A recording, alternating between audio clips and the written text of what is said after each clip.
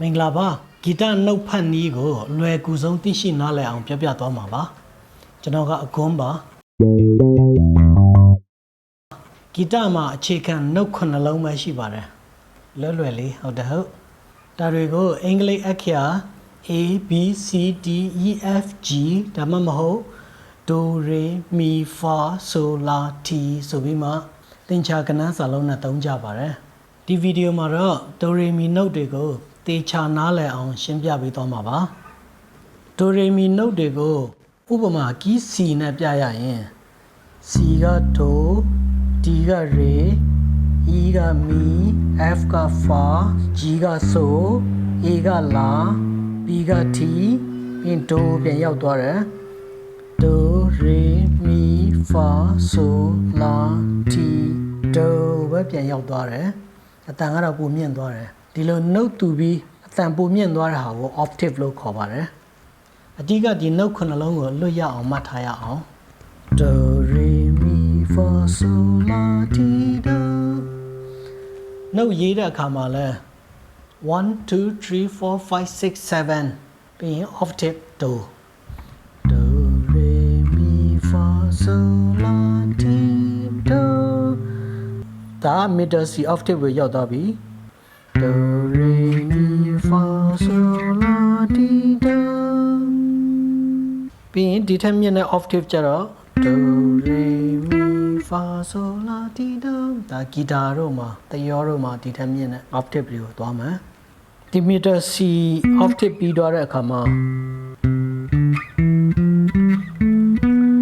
ဒီ octave ကကျတော့အပေါ်တစ်စက်ဖြစ်သွားပြီ high octave ဖြစ်သွားပြီကျွန်တော်တို့ piano မှာ middle C က C4 ပါအဲ့ဒါက bass ရဲ့ဒီတစ်ကြိုး9ခွက်မြောက် C နဲ့တူပါတယ်ဒါ middle C octave ပါ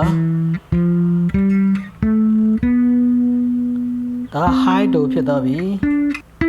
1 octave ပုံမြင့်တဲ့ C5 ကိုရောက်သွားပြီကျွန်တော်တို့ bass ကကျတော့ဘယ်မှာတီးတာများလဲဆိုတော့ middle C ထက်နှိမ့်တဲ့ B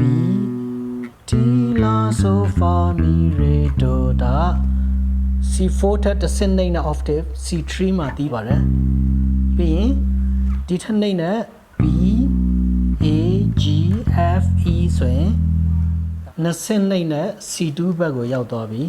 ကျွန်တော်တို့ bass အများဆုံးတီးတာကတော့ C2 နဲ့ C3 octave မှာတီးတာများပါတယ်ဒီ C4 octave ကိုကျတော့ middle C octave ကိုကျတော့ကျွန်တော်တို့ solo တီးတာတို့ fade တီးတာတို့အချိန်မှာပဲတစ်ခါလေသုံးဖြစ်တာပါများတော့အပြင် C2 နဲ့ C3 မှာပဲတီးတာများပါတယ်နှုတ်ကို Do Re Mi Fa So La Ti Do တီးပြီဆိုရင်တစ်ဆိုရင် Do Re Mi Fa So La Ti Do ဆိုရင် octave ပြောင်းသွားပြီဥပမာ melody တစ်ခု Da da da da da da da da da da da da da da ဒီ melody ကလွယ်တယ်ကြားဘူးတယ်နော် Do do so so la la so fa fa mi mi re re do so so fa fa mi mi re so so fa fa mi mi re do do so so la la so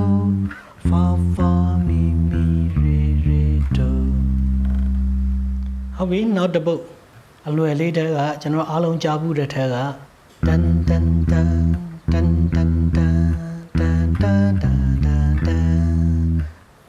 မီမီမီမီမီမီမီဆိုဒိုရေမီဖာဖာဖာမီမီမီမီရေရေမီရေ